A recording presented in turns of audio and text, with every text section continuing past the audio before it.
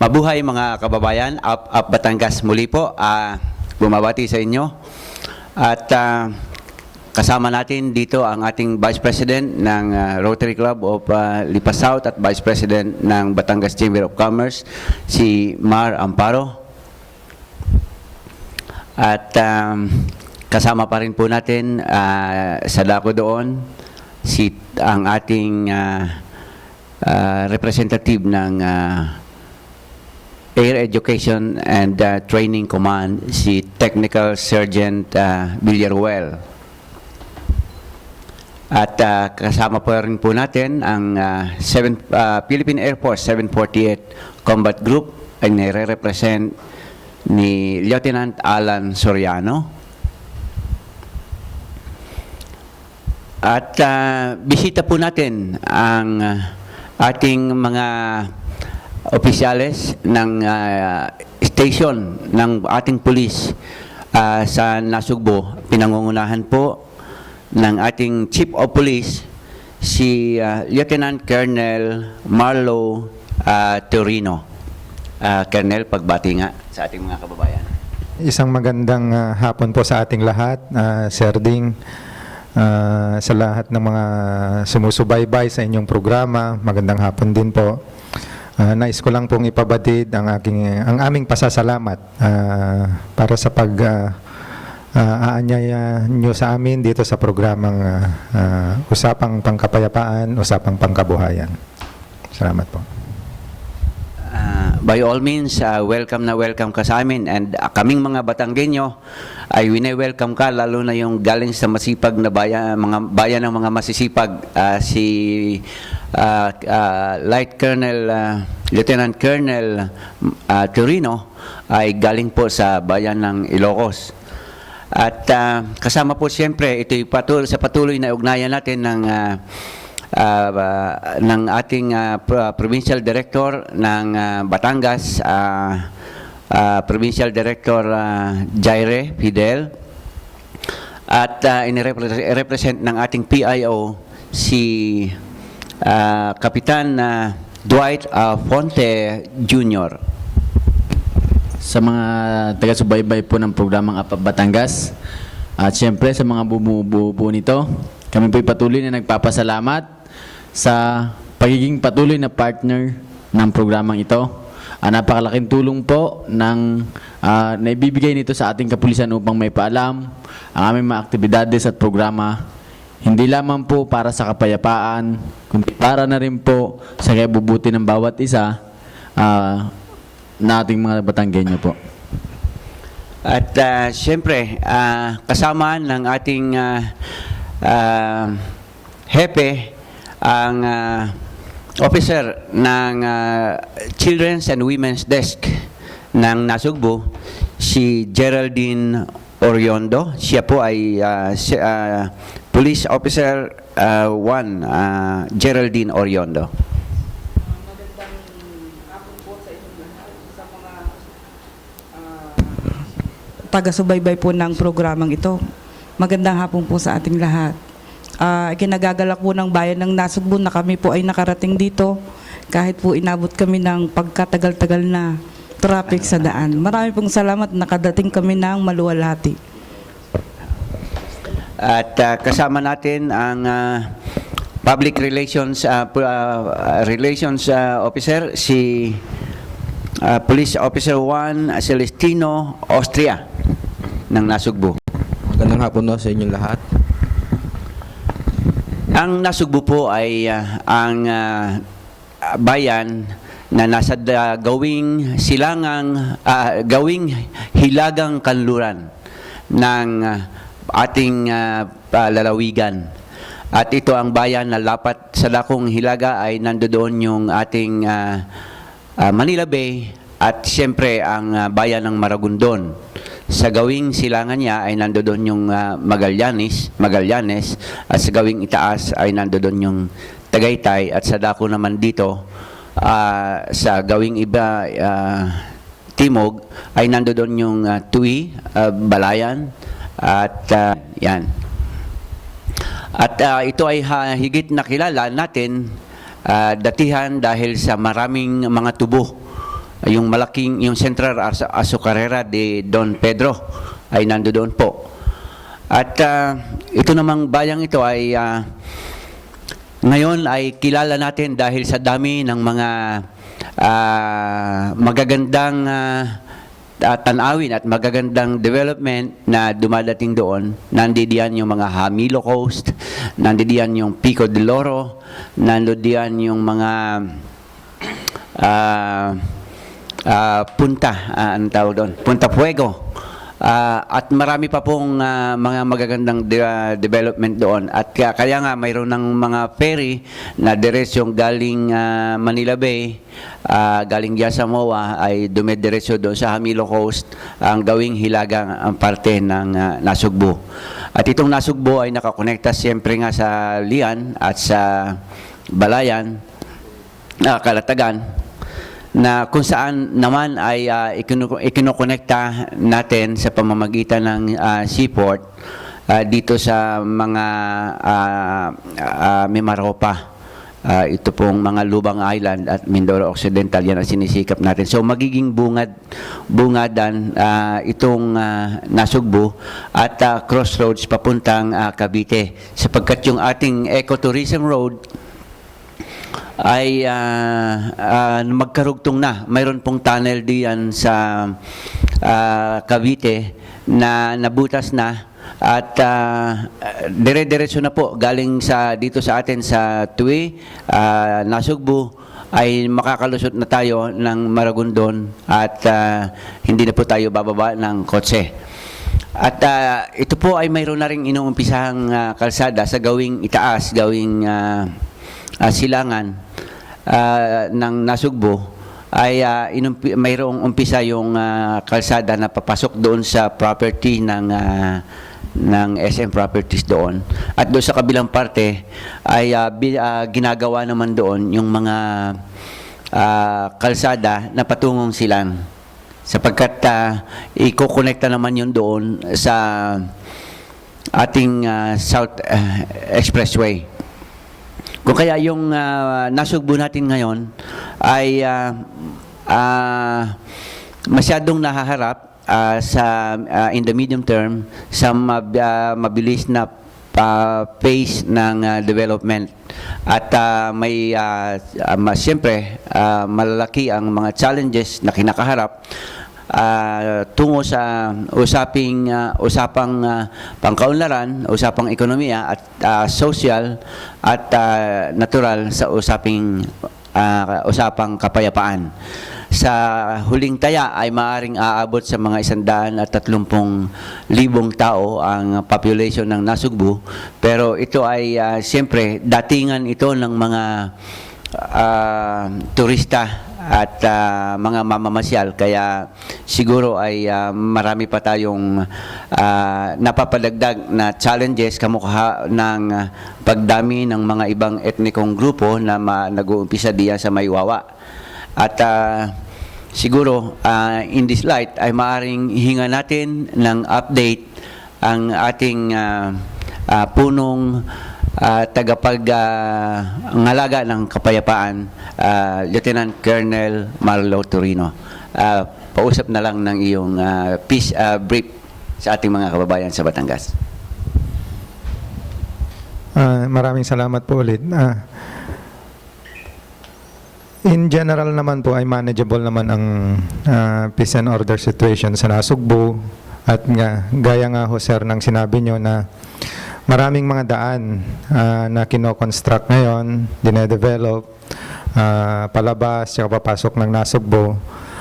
Ito ay magiging challenge sa ating mga kapulisan dahil sa pagpasok ng mga turista, pagdaan ng mga iba't ibang klaseng manlalakbay. Kasama na rin ho dyan yung mga gustong manirahan sa Nasugbu po. Meron ho tayong mga sabihin nating mga hindi na meron ho tayong sinasabing hindi nakakaangat sa buhay ng mga dayuhan sa may Barangay Wawa, meron din sa may Barangay Bukana. Pero ito naman po ay napapatrolan ng ating kapulisan. Meron ho tayong mga na-recorded na mga ilang incident din ng mga tinatawag nating petty crimes. Patuloy pa naman po yung ating kapulisan ang pag-address dito sa sinasabing nating petty crimes ng kanilang tungkulin. Katulad nga po ng laging pagkakandak ng checkpoint, laging pagbibisita sa barangay, laging yung sinatawag nating Oplan Bakal, Oplan Siyasat sa mga public areas, lalong-lalo na ho sa mga night spots, sa mga sa cockpit arena. Yun lang ho. Doon ba, Colonel, ay ilan ang tao ng ating kapulisan? Sa ngayon ho, ang total strength ng Nasugbu Municipal Police Station ay nasa 71 po. As opposed to a population of more or less 130,000, nagkakaroon ng ratio na 1 policeman per 1,825 persons, which is way beyond the ideal na standard policing ng police to population ratio na 1:500 po. So sa ngayon ba, ano ang pinakamatinding mga challenges ng inyong kapulisan at ano naman ang inyong mga programa para ma-address ang ganito? Yung mga challenges ho ay medyo identified naman, tulad ng sinabi ko kanina, mga petty crimes.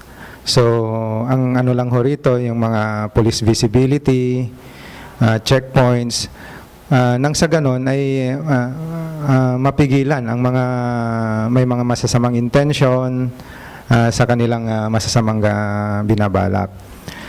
Meron din ho tayong problema sa illegal drugs.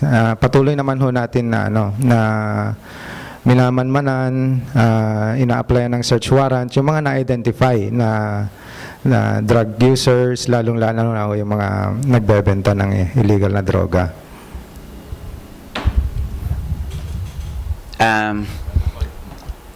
Nag-declare ang ating probinsya at saka especially ang ating provincial director ng war against drug. At yung mga ilang mga bayan dito at ilang mga hepe ay nagdeklara ng talagang matindi nilang kampanya. At parang sa kanilang kampanya ay naitutulak at yung iba, yung mga natutukoy na mga talagang nagtutulak ng droga at saka nangunguna sa gawain ito ay either umalis or hindi na nakikita doon sa kanilang bayan.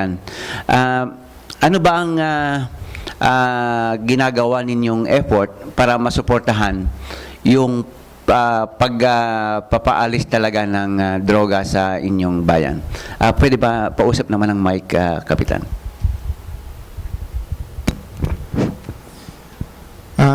Recently ho, napansin ko rin doon sa station na wala yung, hindi in place yung anti-illegal drugs task force.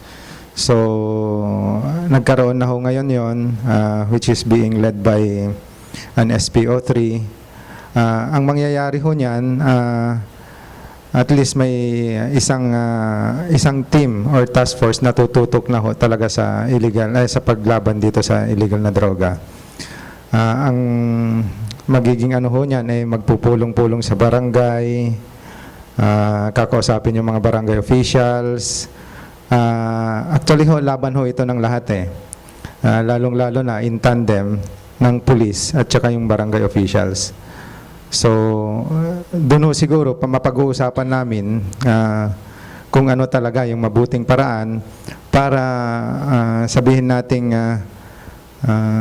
mabawasan or mapaalis yung mga identified na sangkot sa illegal na gawain or illegal na droga na ito.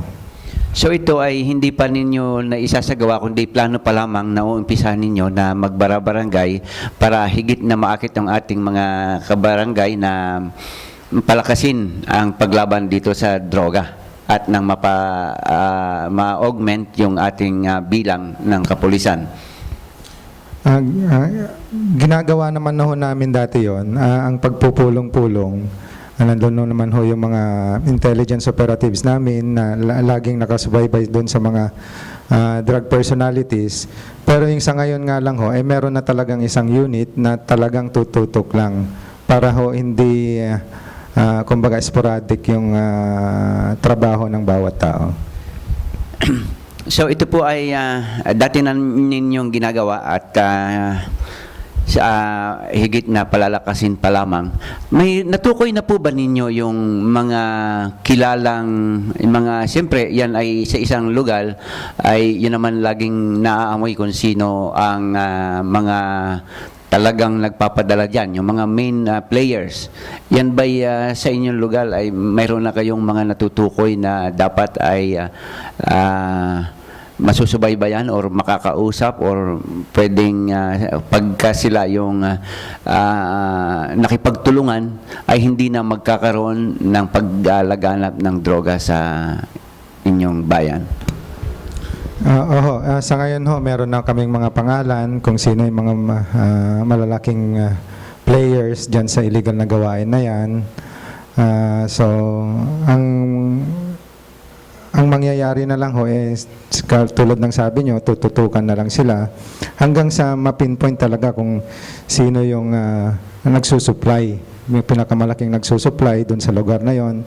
Identified na ho rin namin yung mga lugar dun sa mga lugar na medyo apektado ng illegal drugs. Si kasamang Marpo ang magtatanong. Salamat, Ding. At ako na pala. Magandang gabi sa inyong lahat dito sa aming mga bisitang kapulisan ng Nasugbu, sa aking mga kasamahan dito, sa mga manonood sa ating programa APAP Batangas. Itong nabanggit ni Sir Torina, 73 kapulisan meron na Nasugbu, tapos 130,000 population. So, sa oral na kwenta ay mga 1,500. Isang pulis. 1,800 daw. Ay 1,800. Ang tamang dami ay 500. 1:500. So, dumami pa po itong mga labasan at pasukan na manggagaling sa iba't ibang bayan papunta na Nasugbu, at dumami na rin po itong mga beach resort dito. Sa inyo pong palagay, kakayanin po ng kapulisan, meron po ba kayong programa para mapanatili nyo ang katahimikan sa inyong lungsod? Bayan? Sa tingin ko naman ay kakayanin ng ating kapulisan sa tulong na rin ho ng ating mga mamayan. Kaya nga ho, yung sinabi ko kanina, nagkakandak kami ng barangay pulong-pulong para ma-reinforce ang ating kapulisan ng mga barangay tanod at barangay officials. Katulad nga ho ng by next month, kung nag-take oath na ho yung mga barangay chairman na baka sakaling magkaroon ng leadership ng mga barangay tanod sila, yung barangay hepe nila. So nag-set na rin ho kami ng seminar kung ano yung magiging role nila, kung ano yung magiging tulong nila para sa kapulisan at sa kapayapaan ng bawat barangay. Itong Nasugbu, ang tingin ko maraming mga beach resort na mga private At maraming laylayan dito, mga terrain, yung mga bangin, medyo gubat. Nababantayan po kaya ito ng ayos? Pagdating ho sa usapang ito, nakakatulong ho namin yung armed forces dito, particularly yung Air Force. Sa ngayon, may nakabase hong parang ano ba ito? Ano yung tawag? 730th Combat Group. 730th Combat Group ng Air Force na very active naman pagdating sa bagay na inyong tinatanong, sir. Ang susunod na magtatanong ay si Lieutenant Alan Soriano. At dapat pala in-invite mo si counterpart mo sa 730th Combat Group eh. Yes sir, sana po. Kaya lang po yung kanilang PCR at the moment is nasa radio ngayon sa kabila.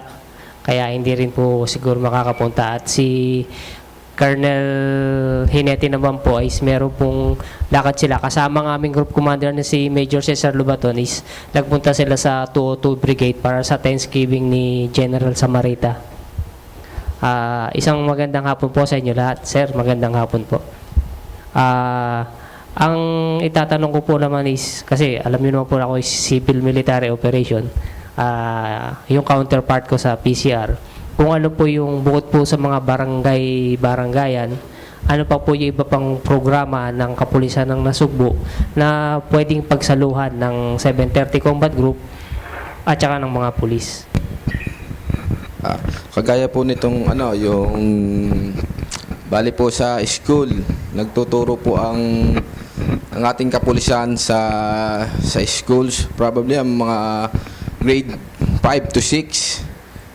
Bali there po ang tawag doon, sa drugs naman po yon.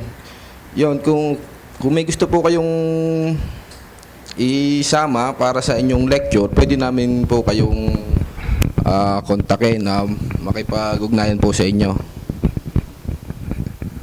Meron din ba kayong mga medical mission gano'n, mga bloodletting na ginagawa sa inyo sa Nasugbu? Meron din po. Kapartner po namin dyan yung mga private sector po. Kagaya po ng mga drugstore. Nagko-conduct po sila ng mga medical mission. Then ini-inform po kami para po kami makasama sa mga ganun pong okasyon. Okay naman yung mga tropa natin sa 730 doon? Okay naman po, okay naman. Kay Sarge naman, may mga programa din ba yung Nasugbu MPS tungkol sa kababaihan sa inyo? Ang Women's Desk po ng Nasugbu, we are proud to inform you na na-organize po namin yung BAUSI. Ibig sabihin, all 42 barangays ng Nasugbu po ay meron siyang designated na BAU officer. Siyempre, yung BAU ay babae ang humahawa kasi mas accessible ng community ang barangay kaysa sa pulis. Merong mga kaso na tumatakbo sa barangay kasi mas malapit yun. So kahit rape cases, napapablatter doon. So binigyan namin sila ng seminar para ma-orient kung paano mag-blatter. Siyempre, at yung separate blatter, kung meron kaming separate blatter sa opisina, meron din sila barangay level at babae ang nagmamanage noon. So, organized po yan. May deputize po tayong babae sa lahat ng barangay. Senior Police Officer Geraldine Oriondo. Yan po ang ating officer ng Children's and Women's Desk. Ano ba ang mga pinakamatitinding na inaasikaso ngayon ng Women's Desk sa Nasugbu? Yung paghawak po ng mga kaso, recently po meron kaming kaso ng voyeurism at sa sobrang delikado po siya, nire-refer po namin sa CRAM ito. Pero ibinalik lang nila kasi kaya na raw naman namin, for forensic na lamang yung ebidensya. So, ngayon, may hawak kaming delikadong ebidensya, kaya po laging nakalak ang aming kwarto, ang aming Women's Desk Office. Sir. Kumusta ba yung dating ng anong statistics ngayon ng pagsusumbong ng mga kababaihan sa pulis sa inyo? Dahil po sa ugnayan namin sa barangay, bumababa nga po kami kasama ni Sir at saka ng aming PCR. Naiimpormahan po ang mga kababaihan natin ng Republic Act 9262. So dahil informed na po sila, pagkatapos pa lang namin sa barangay, bago kami dumating sa opisina, nauunahan pa kami ng complainant. Opo, kasi po alam na nila ang kanilang mga karapatan. So doon po naman sa kaso, sa calculation ko po bago matapos ang Disyembre ay makakapag-file kami ng 60 cases sa RA 7610 at saka sa 9262. Bali nag-a-average po kami ng 5 kaso sa isang buwan. Ganun po. Mukhang magaling ang ating Women's Day sa Nasugbu. May dalagdag ka, Kapitan Ponte. So, congratulate ko lang yung Nasugbu PS dahil na-organize nga nila yung Bausi. Sa mga na-invite po kasi natin dito, Sir Ding, na MPS, I think Nasugbu pa lamang yung nag-declare na na-organize na ang Bausi bawat barangay. And that plays very important doon sa ating campaign na makuha natin yung community. Lalong-lalo na that goes with the program ng pulis sa barangay, di ba? Ano ba itong Bausi? Ito po yung Bausi ito. Ibig sabihin po kasi, doon po sa isang barangay, yung mga barangay official, barangay hall po, dapat po meron po dong women's desk. Kung saan po, bawal na po kasi ngayong basta entertain na lamang yung kaso, halimbawa, concern kabata at saka babae, hindi po basta-basta yan i-entertain ng lalaki. So, kasi medyo sensitive po yun. So, kailangan po, babae din yung magre-record, babae yung pagsusumbungan para maging comfortable po at maging masabi ng totoo, na maayos, ng biktima, yung kanyang isusumbong. Kasi pag lalaki po kasi ang pagsusumbungan, lalo po it involves sexual abuse, maalangan po yung mga biktimang magsumbong. And because napakarami ng barangay sa isang bayan, malaki pong tulong sa kapulisan yung pong Bausi desk sa barangay. So by that po, madali pong napaprocess ang kaso. So congratulations sa SPO2 SPO1 Geraldine. Magtatanong ang AETC, si Technical Sergeant Villaruel. Magandang hapon po. Ako po si Technical Sergeant Ruel Villaruel from ATC. Itanong ko lang po dun sa ano na po yung sa ngayon yung na-organize yun na yung mga kaalaman na nai-training or ginawa dun sa mga kababayan para magkaroon sila na siyempre po pag may pupunta ron, alam nila yung mga isasagot nila, yung mga question na ano na po yung mga na-impart nyo sa kanila na may mga training po ba? May mga ginawa po ba na para sila ay sanay po sa mga question and answer na? Bali, ako rin po mismo ang isa sa nagbigay ng training sa kanila. Unang-una na po diyan yung paghawak po sa blatter book. Kasi po, we adhere to strict confidentiality po talaga. Na kung ikaw ang Bausi, desk officer ng barangay, ikaw na lamang ang makakakita niyan. Yun po ang kauna-unahan, strict confidentiality of records po. Tapos po yung kung paano mag-e-enter doon at anong next step nila pag na-e-entry na doon yung kaso. Although meron na yun sa barangay, lahat naman po ng kaso ng women's desk ay talagang dapat diretso na sa amin. Pero dahil nga po yun mas accessible ng tao, doon sila napapasuot. Pagka po kasi po pag nandiyan na yung complainant, wala kang choice kundi i-blatter o i-record yung kung anong kanilang complaint. Tapos siyempre i-refer. Alam na nila ang gagawin ng babae doon, ng desk officer, na dadalhin din sila sa istasyon ng pulis. Dahil pang-amin talaga yung kaso nila. Yung mga barangay official po natin minsan walang babae. Yung po bang grupo nung sinasabi nyo din galing po from barangay council? Opo. Yung nag-head or separate po sa Sa Bali barangay. po, pagka po ang barangay ay nabuo, walang kahit isang babae, kahit po BHW, basta in-appoint po ng barangay captain na taga-barangay nila, syempre po. Lieutenant Soriano? Maganda po yung programa nila sa Nasugbu. Kay sir naman, sir. Query ko lang, sir, kung gumagana po yung MPOC sa Nasugbu. Opo, actually, kaka-activate lang last month, if I'm not mistaken. So nagkaroon ho ng first meeting last month, and to the desire of our municipal mayor na magkaroon talaga ng peace and order sa Nasugbu, she wants it to convene every month. Every month para mapag-usapan talaga kung ano ng magandang gawin para sa pangkapayapaan. Maganda po kasi yung merong Peace and Order Council na pag-uusapan yung mga peace situation at nare-report ng police at saka ng AFP yung kanilang accomplishment sa kay Mayor na nagiging aware lahat, pati ang mga members ng Peace and Order Council. Yun lang po, sir. Thank you, sir.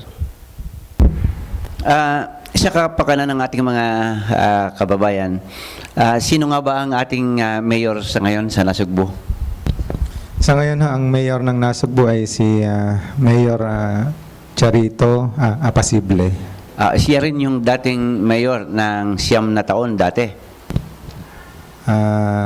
If I'm not mistaken, opo. Oo. At anak niya yung kanyang pinalitan. Hindi po. Ang pagkakalam ko, nag-serve siya ng 9 years, and then she was replaced by her son for 2 terms, and then nagkaroon na ho ng ibang mayor for another 9 years, tapos siya na po ulit. Oo. Ay, kumusta naman ang suporta ng ating local chief executive sa kapulisan sa inyo? Masasabi ko po sa ngayon, napaka-supportive ng naming local chief executive. Katulad nga lang ho ng pinopost namin na mga pagkakaroon nga ng CCTV sa mga strategic areas ng Nasugbu, yung mga equipment para sa police operations, tsaka investigation. Willing naman ho siyang ipoprovide yung mga ito sa takdang panahon. Magtatanong si Mar Amparo. Magandang gabi po muli. Sa ating bayan ng Nasugbu, nabanggit ni Sir kanina na napapangalagaan ng kapayapaan sa kalaban ng batas. Dito ba sa inyong bayan ay yung mga tabing dagat na mga beach resorts ay pag-aari ng mga karamihan ba dito pag-aari ng mga pribado? Hindi ko sigurado kung pag-aari ng mga pribadong private owners tong mga to. Pero maraking portion ho nito ay mga talagang mga beach resorts which are kumbaga world class ang kanilang category. Ibig sabihin may mga coordination kayo sa mga private investor na narito para doon sa tabi ng dagat na pwedeng pasukan ng mga yung katulad na banggit ko kanina, ang kalaban ng batas. Ang coordination ho normally ay nanggagaling. Mabanggit ko nga ho pala na aking pinalakas yung aming yung programa ng aming ng ating katastasang namumuno sa ating sa PNP na yung pulis sa barangay. So bawat dalaw ho namin sa mga barangay, sinasabi ho namin kung sa kanila kung sino yung pulis na naka-assign sa kanila na maaari nilang hingan ng tulong, bigyan ng information, at kung ano-ano pa hong gusto nilang ipaabot sa ating kapulisan. Sa bagay yan, napansin natin dito sa nangyari dito sa Tacloban na kahit na ano ka pa man ay pagka may sakunang ganito nangyayari ay kahit na magkakalaban ay nagkakasagpi-sagpi rin. Na nakikita natin ang mga Pilipino yung magandang pagsasamahan. Kaya ating purihin ang ating bayan, ang mga Pilipino. Salamat Mar at nabanggit mo yan. Tama nga naman yon. Good neutralizer ang ating kalikasan. Siguro pwedeng idugtong ko doon sa binanggit ni Mar ay ngayong nabalitaan natin ang nangyari diyan sa Samar at particularly sa Tacloban. Nakita natin na pagka nagkaroon ng matinding kalamidad ay mayroong kumbaga nawawalan ng gobyerno. Lahat apektado eh. So, ang lipunan ay nawawalan ng organisasyon. So siguro ngayong naobserbahan natin ito, dapat ay mayroon na tayong paghahanda at hindi dapat mawawala yung liderato ng mga dapat ay nangunguna in times of peace and in times of ganitong calamity. So kayo ba ay mayroong pag-uusap sa inyong peace sector? Siyempre, dapat yan ang unang-unang pananatilihin, yung kahandaan pagdating ng matinding calamity.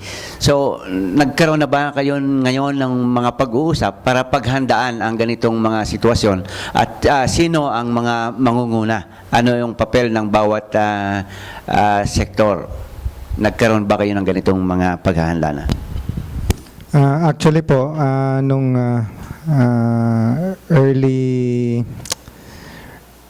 early weeks of August, nagpatawag ho ang aming butihing mayora ng mga pulong para ma-activate yung tinatawag nating Municipal Disaster Risk Reduction Management Committee. So, habang nagtagal ho, na-identify na ho yung mga members, which is in consonance with the yung National Risk Reduction Management Committee na nakabase niyata sa Camp Aguinaldo. So, pagka ganong may mga pending ho na typhoon, na-activate naman ho yung committee para mapag-usapan kung ano yung nararapat na gawin bago pa man dumating ang typhoon, pag nandyan na, or calamity I should say, at pagbibigay ng relief pagkatapos ng calamity. So sa ating namang rehiyon ay napakasipag at maasikaso yung ating OCD. At alam ko ang mga bayan-bayan ay kinokontak niyan para makapaghanda. So tayo ba ay connected? Mayroong pakikipag-ugnayan sa ating Office of Civil Defense?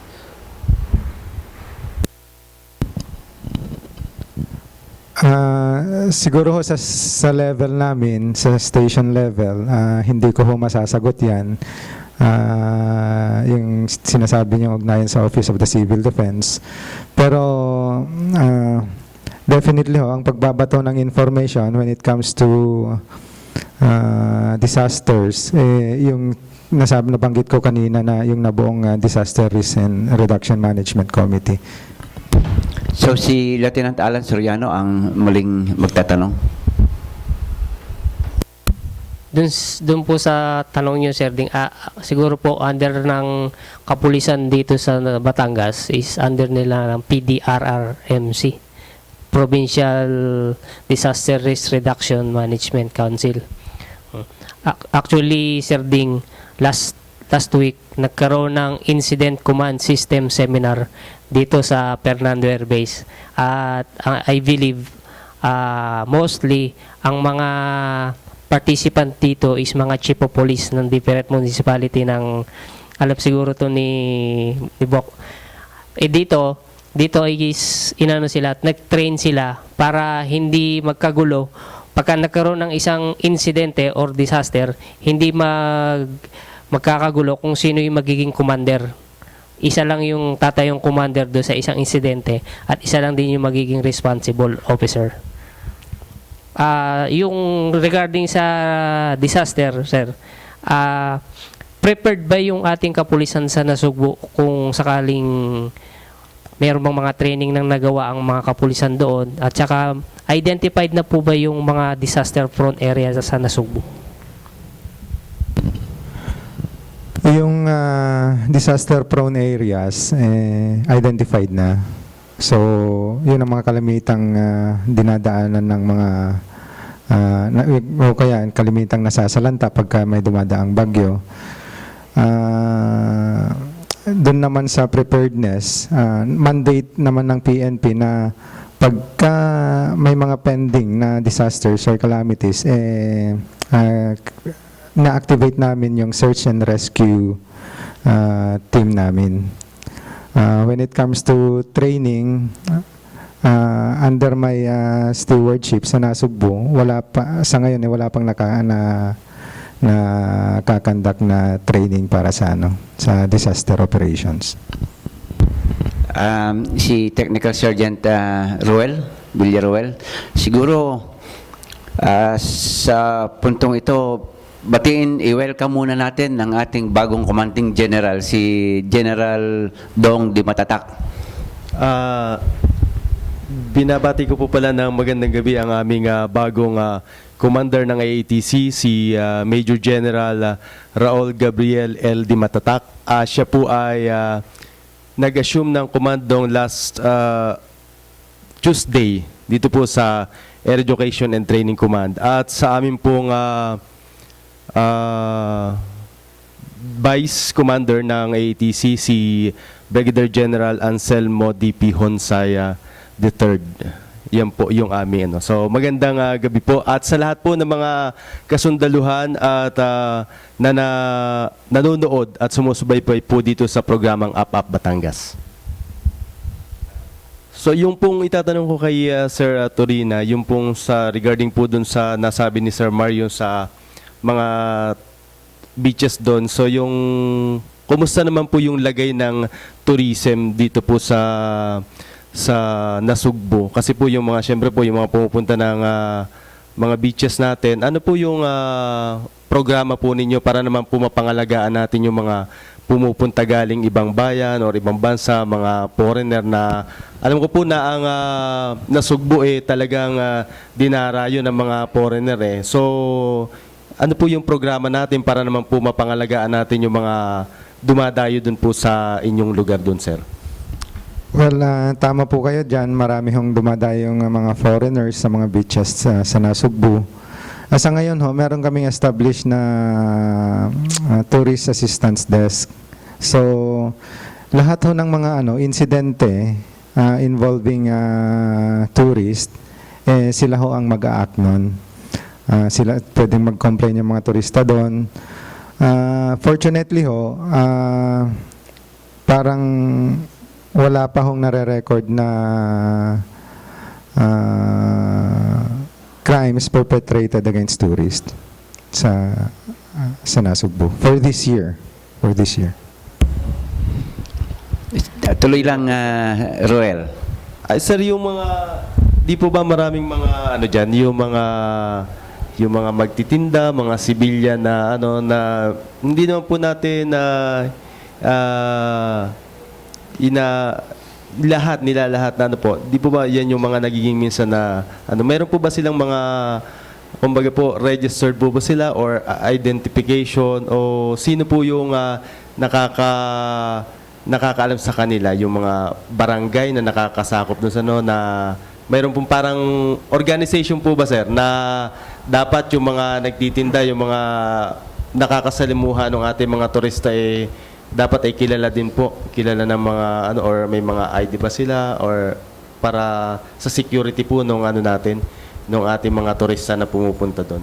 Meron po ba silang gano'n na para kung ano man po yung insidente na involved na mangyari, di alam po natin agad kung sino po yung ating doon. Siguro ho yung iba meron, pero yung iba hindi ko rin ho masasagot kung talagang ano sila ng registered sila ng munisipyo. Kasi kung minsan ho may mga stalls doon na bigla na lang susulpot, hindi mo mamamalayan, nandun na. So yun ho, hindi ko namin nasisiguro kung registered sila or hindi. So talagang si Sergeant Villaruel ay mulat dito sa usapin ng security at saka turismo. At sapagkat itong Nasugbu naman talaga ay unang naideklara pa itong eco-tourism area noong panahon pa ni President Ferdinand Marcos. At ito agad ay na-identify na isang tourism area kung kaya't siguro ang sinasabi ni Ruel ay maaaring maipanukala sa pamamagitan ninyo na yung mga tindahan, yung mga nagtitinda at yung mga karaniwang lumalakad sa ating mga kalye at nakikipag-ugnay sa mga turista ay magkaroon ng identification badges para madali ang ang pagtukoy at mas madalas na makakapigil yon so hindi na aabutin pa yung magkaroon ng anumang insidente kung hindi makakapigil ng malaki yon. Ito siguro yung isang panikwala na sinasabi ni Sergeant Villaruel. Tama po kayo dyan. Napakagandang panukala po yun. Makakaasa po kayo na ipaparating ko sa kinaukulan ng Nasugbu, lalong-lalo sa Chief Executive namin. Marami di ang mga kagubatan na pinapasok, nagkakamping ang mga bisita at umaakyat doon sa mga magagandang sites doon. So, Dito sa ating probinsya may binuo noon, tatandaan ko nung last 2 years yata na tourist police. May active ba sa inyong lugar ang tourist police?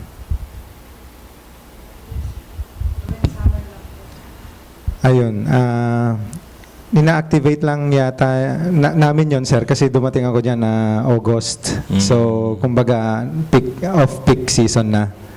So, gaya ng sinabi ng ng aming admin, who is Sergeant Oriondo rin, ina-activate ang tourist police pagdating ng summer. Kasi for obvious reasons, dyan ho nagdadagsaan yung mga local tsaka foreign tourists. Saka mag-uumpisa yan ngayong mga bear na ito, November, December, January hanggang sa summertime na natin. Gawaan lang yun ang panahon na medyo malamig pa dito sa atin at sa kanila na may sobrang lamig. So may mga bisita na tayong dumadating. Siguro at this point ay hihingan ko ng update si Captain Fonte sa inyong mga activities ng Provincial Police and then update ng AETC and update ng 748 Combat Group.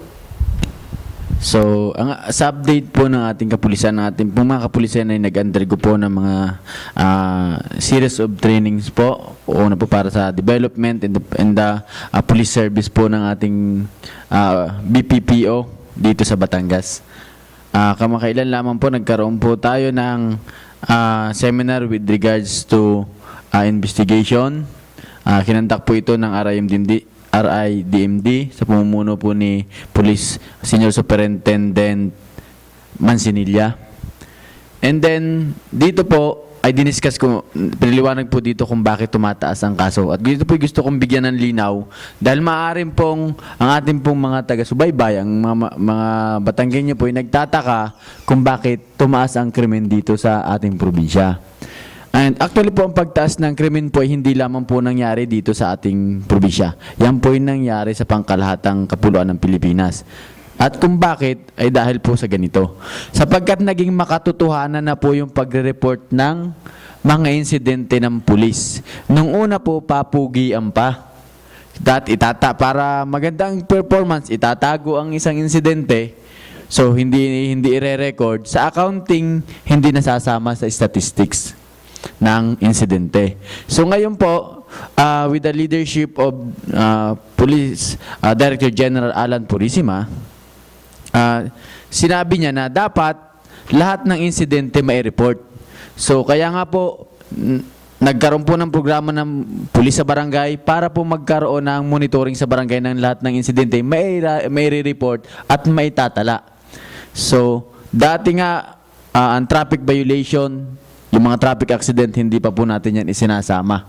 Well, in fact, yan naman po ay isa ring mapaglabag sa batas. Siyempre po, damage to property, pag may nasaktan, pwede pong physical injury o kaya homicide. So, yung pong mga pagtaas ng krimen, huwag po maaalarma yung ating mga kababayan. Yan po ang ibig sabihin po niyan ay nagiging epektibo at makatotohanan lamang po yung serbisyong ibinibigay ng ating kapulisan para sa inyo. Yun po ang una. And then, pangalawa naman po ay isang paalala. Sumapit na po ang Bear Month, simula pa po ng September, nabibilang na naman po yung mga report ng budol-budol. So, mayroon po isang proliferated na gawain ng budol-budol dito sa ating probinsya kung saan may isa pong nagngangalan na ang pakilala ay Mr. Marquedes. So, ito pong taong ito ay nag-i-issue po ng cheque. Ang modus operandi po nito ay pupunta po sa isang establishmento, business establishment, magpapakilala na siya ay kakilala nung may-ari. And then, kunwari tumatawag siya at nagsasabi doon siya cashier na may utang and then may dalang cheque na worth something like this na mas mataas sa kanyang utang. And then, halimbawa po recently, ang nangyari po sa may Balaya, nagpakilala po na kaibigan ng may-ari, may utang niya sa may-ari ng establishmento and then mayroon siyang dalang cheque, kaya lamang labis sa kanyang utang. So, humihingi siya ng sukli. So, dahil naman po nagiging careless yung cashier, na nakabibiktima po sila ng malaking halaga. So, beware po kayo sa taong ito. Kung maaari po, bago po magbigay kayo ng pera sa hindi nyo kakilala, ay siguraduhin nyo muna yung identity niya at saka kung talagang totoo yung kanyang sinasabi. Marami na pong nabiktima dito ng taong ito dito sa Batangas at I felt very alarming po ito. And then, lastly po, nung ako po yung chief of police, ginawa ko po ito sa bayan ng San Luis, although sa ibang bayan pang pinagipayan ko in Western Visayas, ginawa ko din po ito para ma-monitor natin yung mga tao sa ating bayan. And it goes with the help ng mga barangay kapitan. So, mas maganda kasi kung isang barangay natin ay naitatala kung sino talaga yung mga naninirahan sa kanilang barangay. Nakuha ko yung naalala ko sa sinabi ni Technical Sergeant Villaruel Marami po kasi mga apartment, lalo na po sa mga Class A municipalities and cities, kung saan labas-masok po yung mga tao, hindi po nalalaman kung sino yung mga yon. So, if only the barangay official will do their job na i-account yung mga tao, ilan yung mga apartment diyan, then sino yung mga naninirahan diyan, kausapin yung may-ari na pwede bang ipadala nyo sa amin o pakilala nyo sa amin kung sino yung mga naninirahan diyan, para naman yung mga magtatago sa barangay ninyo o para magtago dahil wanted sila sa batas o maninirahan sila doon para may intention silang gumawa ng masama sa inyong barangay, ay maaalarma sila at iiwasan nila ang inyong barangay. So, napakaganda. Pwede pong gawin yun through a barangay ordinance lang naman po yun Hindi naman po yung paglabag sa karapatang pantao. So, I think nagawa na po din yan sa ibang bayan. So, mas maganda po yun. Yun lang po. Salamat. At yun sa kapakanan ng ating mga kababayan, yun bang epektibo pa rin ba yung pwedeng tawagan o i-text ng ating mga kababayan kung sakali namang mayroon problema tayo na police officer na kinakailangang ipagbigay namin alam o ipagsumbong? Yung ba'y working number pa rin o pwede mo bang ibigay muli sa amin? Yung pong ating hotline which is 2920, that is direct po sa krami. Yan po ay, pag nag-text po kayo diyan, kahit ano pong reklamo ninyo, lalo na po concerning sa aming mga kasama sa trabaho, o kahit hindi pa po kasama, mayroon pong nangyayaring kailangan po ng aksyon ng kapulisan dyan sa inyong lugar.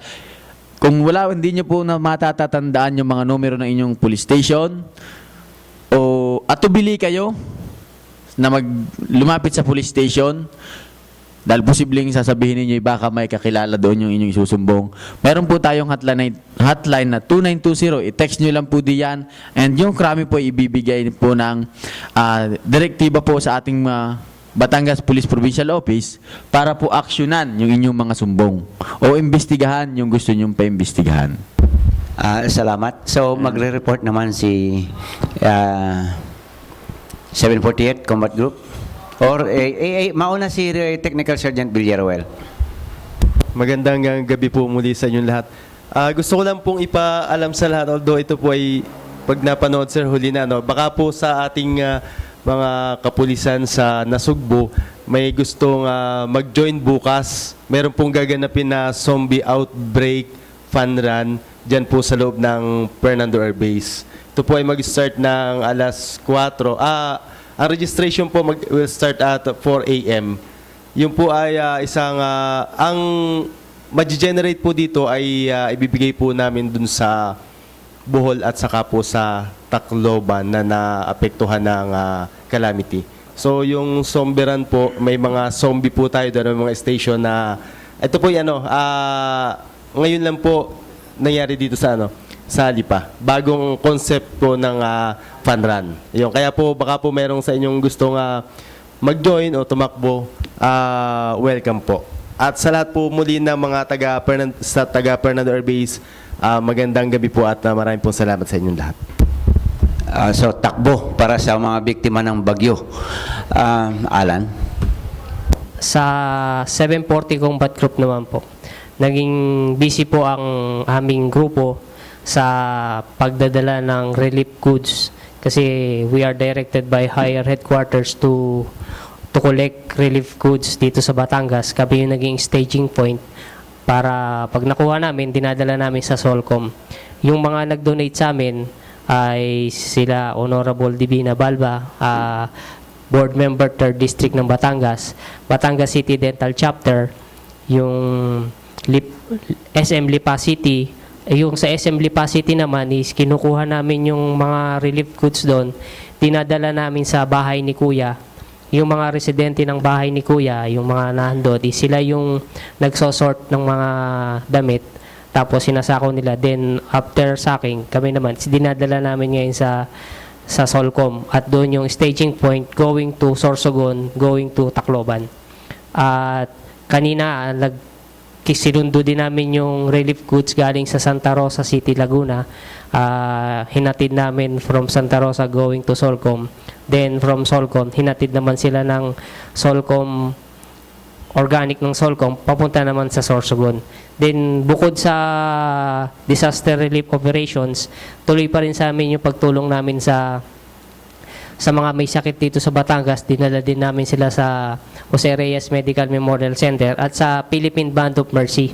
Dito sa Tanawan, merong pasyente kami dyan na mga bingot na dinala namin doon. I believe bukas susunduin na sila at naoperahan na. Tapos, then, this coming is itutuloy na yung capability demo.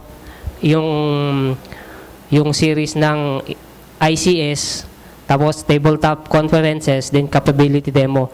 Yung tabletop conferences, ito yung project ng ng Solcom at ng PDRRMC. Bayanihan to ng Solcom at PDRRMC to prepare Batangas sa mga calamity.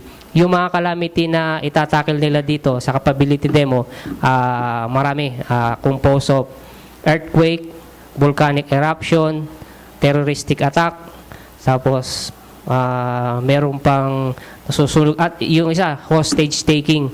Bali 5 senaryo yung itatakel sa capability demo. Ang mga participant dito, siyempre, Solcom, 202 Brigade, 730 Combat Group, 740 Combat Group, 16th Infantry Battalion, 1st Infantry Battalion ng Army, ang BPPO, ang mga pulis sa BPPO, Balete PNP Station, kasi yung magaganap na capability demo, it will sa Balete.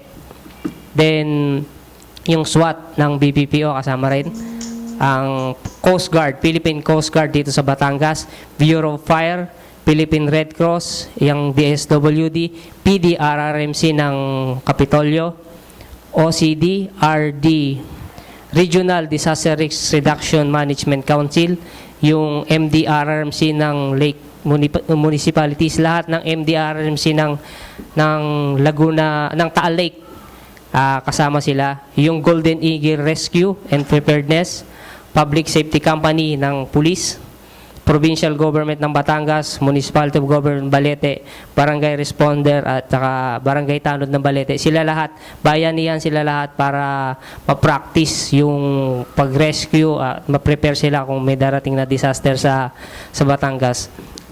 Kung gusto niyo mag-join dito sa aming capability demo, kahit sa amin na lang makipag-ugnayan kayo sa amin dito sa Batangas para maging force multiplier kayo at matuto rin kayo sa mga calamity na darating dito sa atin. Batiin ko lang sa Balete, Batangas po. Ano ba po, to be determined later pa yung date. Hindi pa maano. It's either November 30 yata. tentative is 13. December 30 December 13. Indefinite pa yun, hindi pa sigurado, tibal pa. Pero dun yung date na yun. Batiin ko lang po yung constant na nanonood sa atin, si Dennis Ann Espiritu, saka si Darlene Manalo.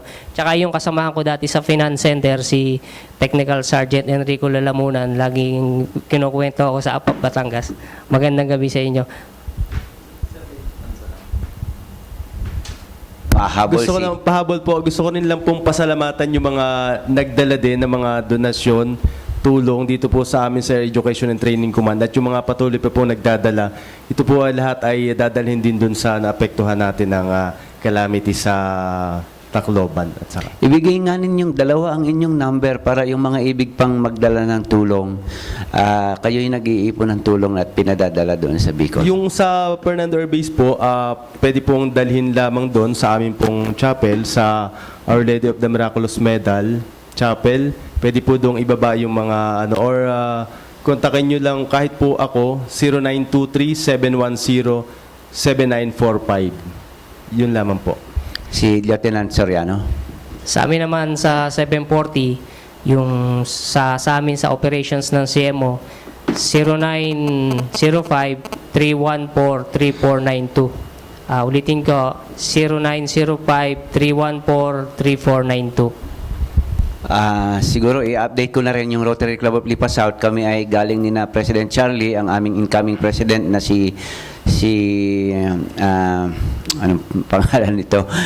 Yung aming yung aming president nominee at saka incoming president at saka ako at saka ang aming presidente si Charlie ay galing sa Bohol at ngayon ay abala na naman sila na hahanda pagkatapos na pumunta doon sa mga naapektuhan ng lindol ay naghahanda na naman ang Rotary Club of Lipa South para sa pagdadala naman ng tulong sa Tacloban sa iba pang parte ng Bisaya na nasalanta ng bagyo. Siguro ang huling pananalita ng ating panauhin. Salamat po ulit.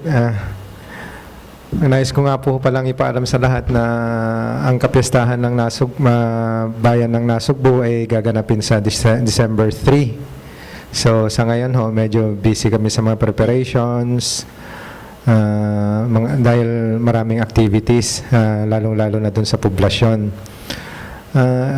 Nais ko lang segundahan din yung pinag-usapan nating tourist police kanina na ang Nasugbu ay merong Nasugbu Municipal Police Station ay merong 2 police assistance center. Yung isa ay matatagpuan dun sa boundary pa lang ng Alfonso at saka Batangas. So doon pa lang kung may yung mga nagnanais na pumunta ng Nasugbu, pwede na silang magtanong-tanong doon, pwede na silang humingi ng mga assistance. Yan lang po. Meron ba kayong iiwan ng number na kung sakaling may kasamahan kami o kung sakaling kami ay mapunta doon, ay pwede naming tawagan kayo o kung sino mang representante ninyo at kung may concern kami sa kapulisan doon.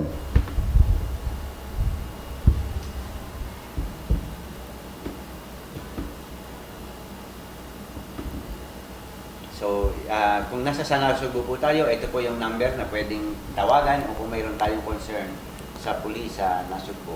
Oho, kung sakali mang humagawi kayo ng Nasugbu at nagkaroon kayo ng mga concerns doon, maaari nyo hong tawagan ng number na ito, ang official number ng aming police station, 0927-500-1199. Ulitin ko po, 0927-500-1199. Maraming salamat po. At sa ngalan ng ating mga kasama na hindi nakarating dito, sina Colonel Zamudio na maaring natatraffic pa dyan sa daan, at si General Junco na abalang-abala at naka-red alert pa para tungkol dito sa paghahanda dito sa mga nasalanta ng bagyo. At ang ating pang ibang mga kasama, sina Dr. Jess Medina, sina Ped Calao, at ang ating mga kasamang nandito, Mar, Roel, Alan, kami po ay nagpapasalamat, at si Alvin Castillo, kami po ay nagpapasalamat sa ating mga panauhin, at ang atin pong mga kapulisan ay atin pong suportahan. Ang atin pong sila po ay nangungunang tagapangalaga ng ating kapayapaan. Subalit dapat po ay mapalakas natin ang kanilang puwersa sa pamamagitan ng ating pakikipagtulungan. Suportahan natin ang mga programang tumutulong sa ating kapayapaan. At Mar, may habol na bate, ha? Babati lang ako doon sa aking anak, nag-birthday noong November 8, si Vincent Amparo, at ang aking bayaw na magbe-birthday sa December 8, si Michael Promintila. Salamat po. Tayo po yung magkaisa para ang probinsya ay guminawa. Salamat po. Maraming salamat, Mar. Si SPO1 Geraldine, ang napakagaling na officer ng Women's Thank you Desk po, sa thank Nasugbu. you. Kukunin ko na po yung oportunidad para makapagpasalamat po sa Pico de Loro, sa Terasa, sa Hamilo Cosi, ADP Globe, Mercury. Maraming salamat po kasi po nagpadala sila ng runners. Kasi po nagpa-fun run po ang Women's Desk para po sa improvement ng opisina namin. And we are very glad to say na talagang nagtagumpay po ang fun run na ito, at maganda na ang aming Women's Desk. Ang aming mga kliyente pagdating doon ay masisihan at lamig na po ng aming opisina. Maraming salamat po sa mga nag-sponsor ng fun run. Salamat po. Mayroon ka rin bang number para kung kami may concern sa mga kababaihan sa Nasugbu ay Meron may tatawag po, namin sa iyo? Nasugbu po, Jelo na lang po, 0917-843-6203 po. Salamat po. At salamat po sa Blue Sapphire na patuloy na pumapayag na kami ay malayang tatalakayan ng ating Up Batangas dito para sa inyong mga weddings, debut, birthday, baptismal, conference, corporate meetings, at mayroon pong magagandang mga hotel rooms dito sa Blue Sapphire, at maraming mga magagandang pukulo dito sa mga hangout dito sa Blue Sapphire. At salamat po dito sa Sampaguita Mart sa patuloy ninyong pagsuporta sa Up Batangas. Yan po ay matatagpuan sa gilid sa may katabi ng public market natin para sa inyong mga murang bilihin, school supplies, bakery supplies, mga kape, at may loto pa po sila dyan. Lahat na kailangan ninyo sa grocery ay nandiyan po. Maraming salamat po, Up Batangas.